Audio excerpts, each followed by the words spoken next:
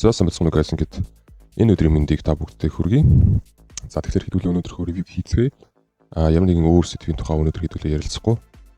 Би дараагийн ревю дээр бас айгуу гоё сэдв бэлдэж байгаа. Тэгэхээр тэр үеэр хэдүүлээ статистикийн талаар нэг ярилцаад үзье те.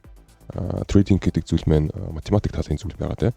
Математикийг ашиглаж тоо те гэдэг зүйлийг ашиглаж зах зээл дээр мөнгө олох боломжтой. Өөр ямар ч арга байхгүй гэдэг нэртэй сэдв дараагийн удаа хэдүүлээ бэлтэж байгаа шүү. Тэгэхээр өнөөдөртөө хэдүүлээ яг зүгээр чартны хэмжээнд ярилцаад үзье.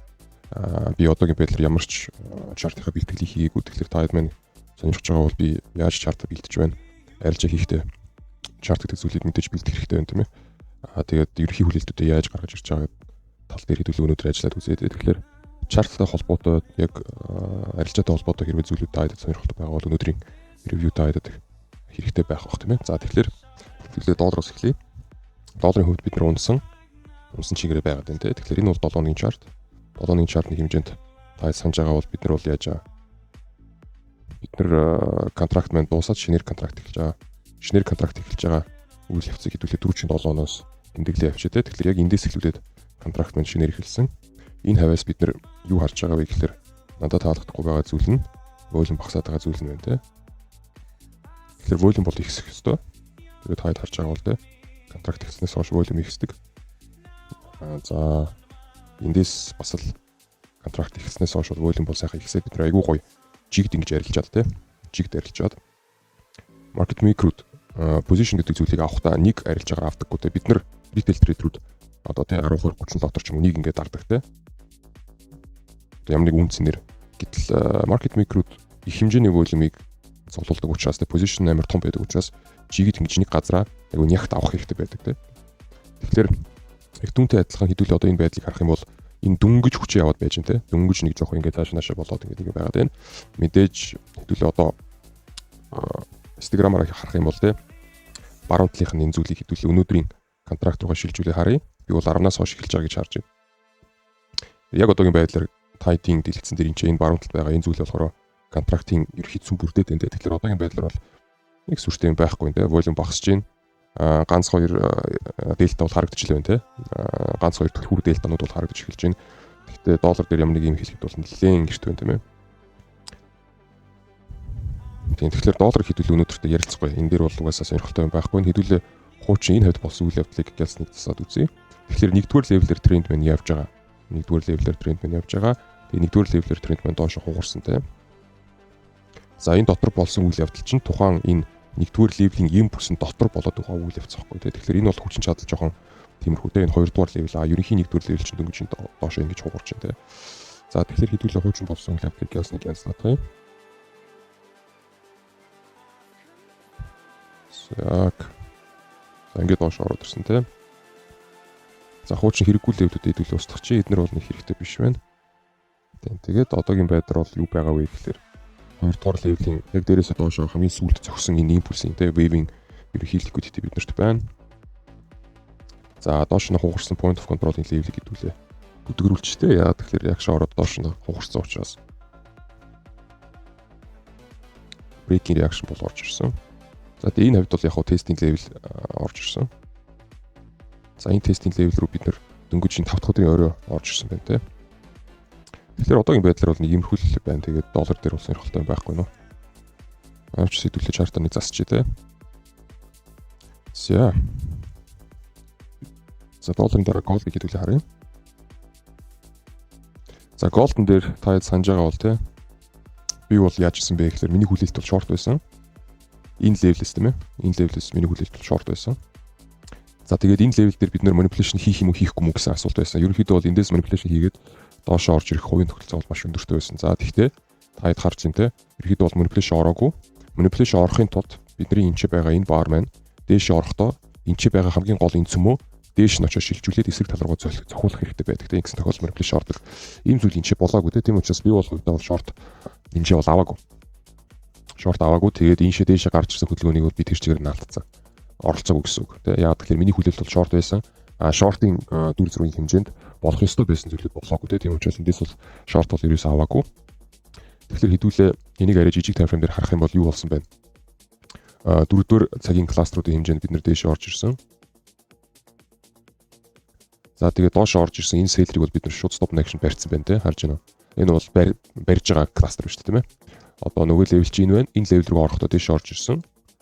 Тэгээд буцаагаад орж ирээд энэ manipulation-ыг нөхөх ёстой байсан кластер өөр болохоор юм байна те. Бариулсан. Тэгэхээр мэдээж энэ дээр short тухай холбоодохгүй. За тэгээд дээрэс нь бас юу байгаа гэхээр энэ ч бас үйл явдал бас маш чухал байна. Бид нар удаан хугацааны турш те бүхэл өдөр чинь зогссон. Тийм учраас энэ реакшн орсондоо ч гэсэн бидний support тулах байсан. Тийм учраас иймэрхүү төрлийн manipulation-ууд бол жоохон тиймэрхүү байдаг. Тэгэхээр энэ manipulation хэрвээ эцсийн байдлаар ямар нэгэн байдлаар орохоор байсан бол тухайн энэ газар дээр нь бол авах бол нэлийн эвгүй байх байсан. Яг тэгэхээр реакшн ороод буцаагаад эсрэг талын pullback ороод тэгээд дахиад энэ чинь нөгөө нэг дайралт орж ирэх хэрэгтэй байсан. Тэгээ энэ дайралт маань бариулсан бол энэний эсрэг харин барьж болохоор байсан. Тэгээ яагаад гэхээр энэ чинь баяр гараад байгаа байхгүй. Тийм учраас ерөнхийдөө дүр зургийн хэмжээнд бол жоохон тиймэрхүү байсан. За тэгээ түүний дараа дээш орж ирсэн энэ кластер маань өөрөө цогцолтоор ороод ирсэн тийм ногоон өнгөтэй кластерыг бол таад мэднэ энэ бол цогцолтын кластер 7-ны time frame кластеруудыг харах юм бол бас л цогцолтын кластер байсан тийм. Тэгэхээр эцсийн байдлаар хэдүүлээ юу харж байна.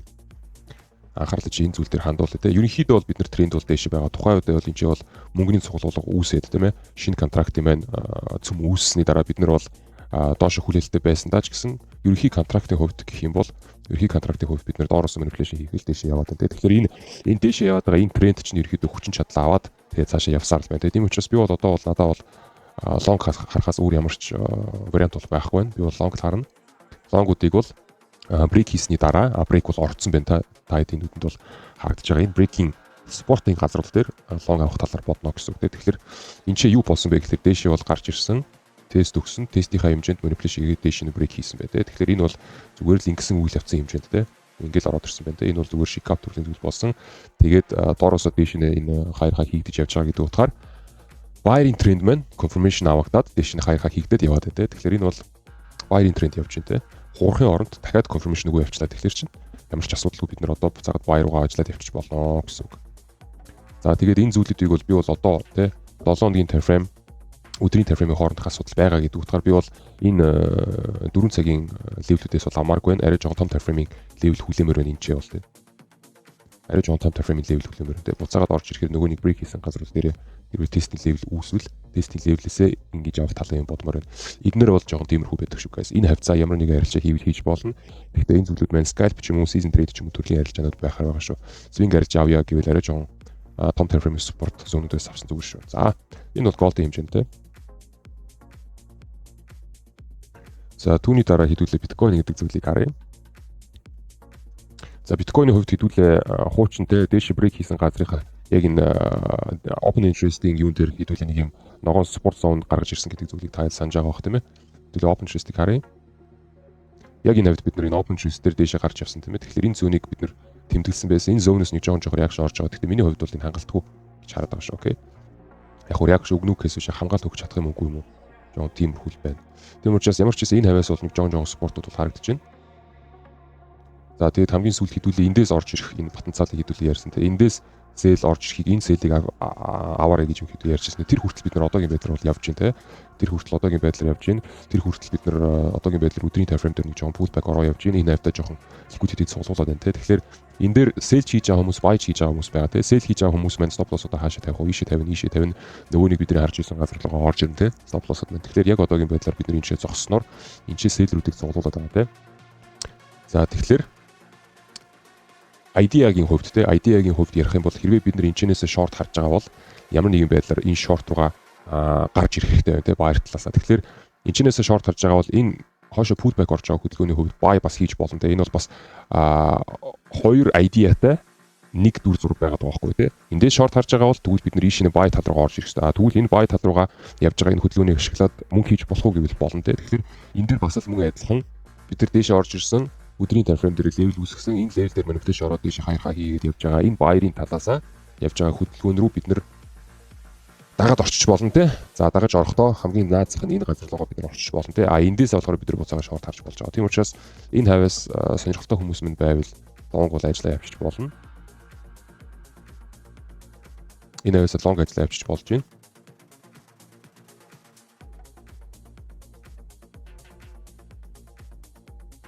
За энийг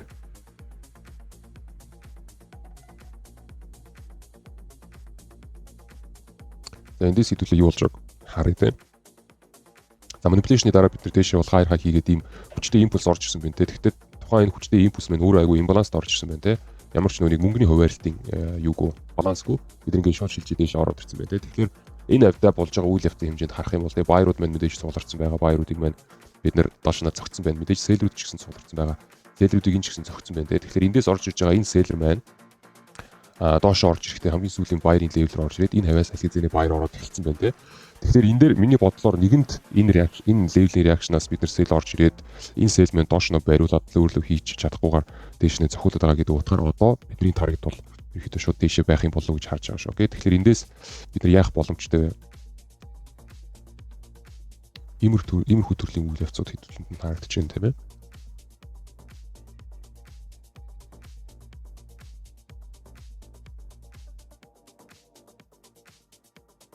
Иймэрхүү төрлийн үйл явц харагдаж. Тэгэхээр эндээс лонг авъя гэж байгаа бол лонгийнхоо левел дээр авсан зүгээр тийм ээ.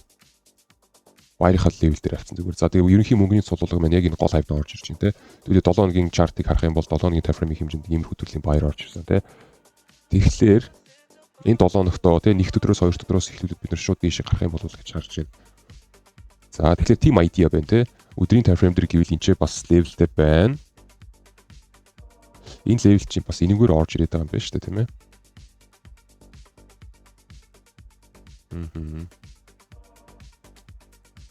Доош орж ирж бариулаад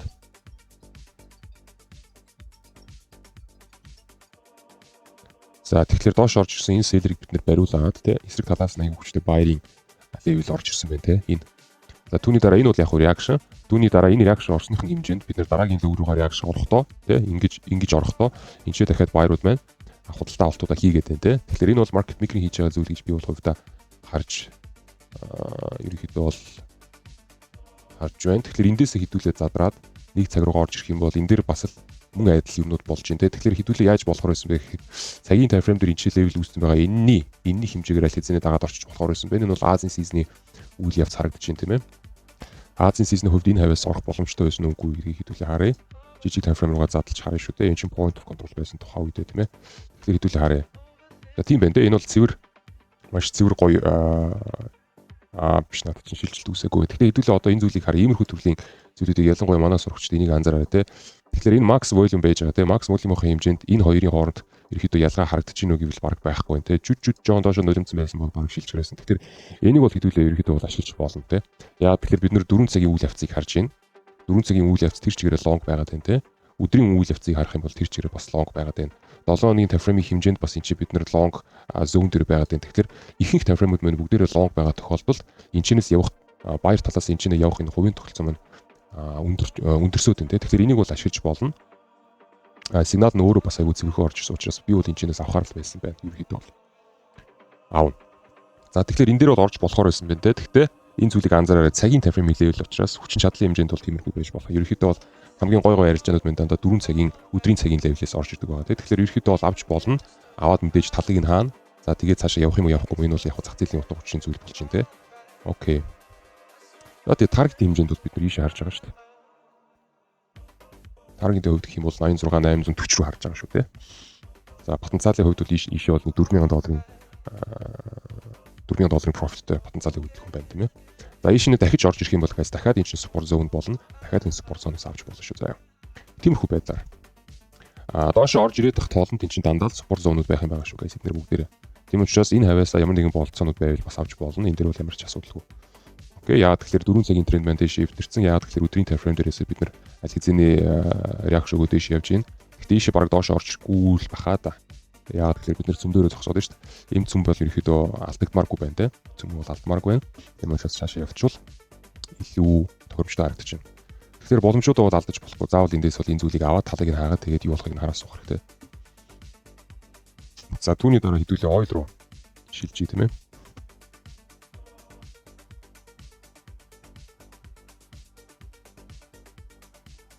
За ойл дээр хэдүүлээ нэг жоохон pullback орё гэсэн те. Pullback жоохон орё гэсэн. За энэ pullback маань орсон байна гэдэг зүйлийг хэдүүлээ харж байна те. 4-7 оноос эхлүүлээд те энэ хавьяасаа хэдүүлээ жоохон pullback орё гэсэн те. 7 хоногийн байдлыг хэрвээ таад маань санаж байгаа бол за энэ pullback маань арай жоохон хүчин авч дөнгөж эхэлж байна те энэ хавьдаасаа те. 4-7 хоногийн кластер маань бариулсан. Энэ зүйлийг хэдүүлээ ярьсан. Тэгээд 4-7 Энэ кластер маань болохоор аль хэзээний реверс хийгээд явж байна те. Жох хүчин чадал муутай байна. Гэхдээ аль хэзээний реверс хийж байгаа гэдэг зүйлийг харж байгаа те. Ерөнхийдөө энэ хоёрыг хоёулангийн нийлүүлсэн зүгээр. Яг тэгэхээр энэ чинь нэг утга учирын зүйлтэй энэ хоёр чинь хоёулаа бариулж байгаа гэдэг утгаар хоёулан дээр нь баяр байгаа гэсэн үг те. Эндээс эхлүүлээд аль хэзээний энэ баяр чинь байгаад байгаа байхгүй. Аль хэзээний баяр байгаад байгаа цааш наашаа дэвшээ доошоо савж флат үсгэж ин те баяр талаас хүмүүсүүдийг хөөж гаргаж ирж байна. Тийм учраас энэ дээр бол энэ хоёр кластер хоёулаа баяр тийм ээ. За тэгээд нэгэнд энд баяр энэ чинь байгаа гэдэг утгаар бид нар энэ реакшныг бол дээш оруулах бэлэн болсон байна гэж би харж байна. Тэгэхээр энэ 7 өдрийн байдлаар хэдүүлээ харах юм бол дараагийн кластер маань дээш орж ирэхийг хэдүүлээ хараад байгаа байхгүй тий.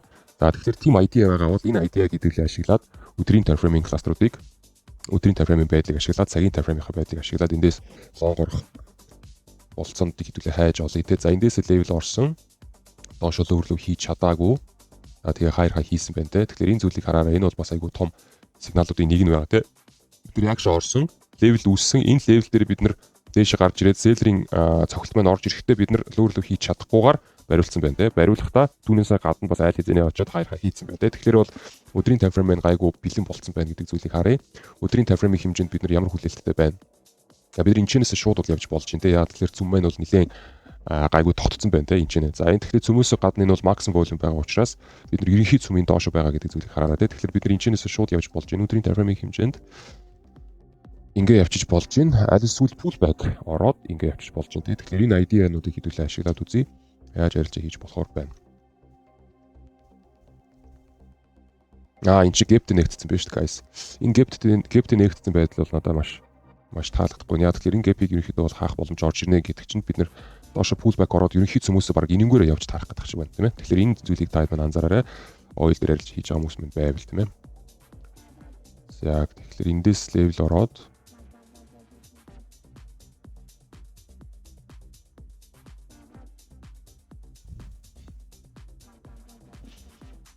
за энэ level хэрэггүй. Энэ level-ийг хэдүүлээ BPP level бол hotspot болгоо явчих. За энэ хэрэггүй. Яг тэгэхээр энэ чи өдрийн level ороод ирсэн байгаа тийм ээ. За баяр руугаа явахдаа тий баяр руугаа явахдаа баяр талынхаа хүчин чадлыг авахдаа эцсийн байдлаар бас энэ level руу бас орж болохоор байгаа шүү. Энэ бол хамгийн сүүлийн баяр талыг хамгаалах газар байгаа. Эндээс хамгийн сүүлийн хэмжээнд те эндээс заавал орчих хэрэгтэй байхгүй баяр. Доош одоо коррекшн орлоо 7 өдрийн эхлэл гэдэг утгаараа 1 өдөр 2 өдөр коррекшн ороод гэп хаагаад энэ тэрнгүү бөө юм болж явсараад эцсийн байдлаар ийшээ бол бас хамгийн ихтэй орж ирж болмоор байна. За түүнээс хойш эндээс бол яг заавал орж ирэхтэй байхгүй баяр мэ тийм ээ. Тэгэхээр энэ зүйлийг анзаараад ойл дээр сууж байгаа хүмүүс байвал. За энэ ч байгаа левлүүдийг хэдүүлээ бас тодорхойлъё. Гэпийг хаах үеэр бас энэ зүйлийг ашиглаж болно market maker. Тэгээд түүний дараа энэ зүйлийг бас ашиглаж болж байна те. За эндээс энэ buyer маань хайр хийж чадах нь үгүй хэдүүлээ харъя. Энэ ч бас level байгаа гэдэг зүйлийг та хэд харж байна тийм ээ. Чинээс бас level байгаа. Энэ бол нэг хэрэгтэй биш. За тэгээд нэгдүгээр level маань энэ ч байгаа юм байна тийм ээ.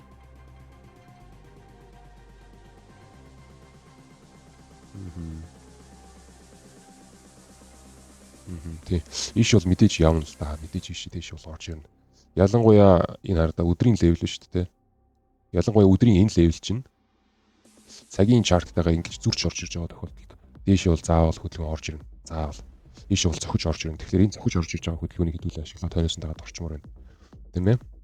Тэгэхээр ойлгоснтой ерөөдөө логикийн үед бол би бол энэ дээр бол long авал илүү тохиромжтой байна гэж харж байна. Тэгээд энэ long-уудыг хэдүүлээ мэдээж тухайн энэ live арилжааны үеэр ямархуу төрлийн үйл явагдаж байгаагаас хамаарат мэдээж энэ зүйлийг хамаар байна те.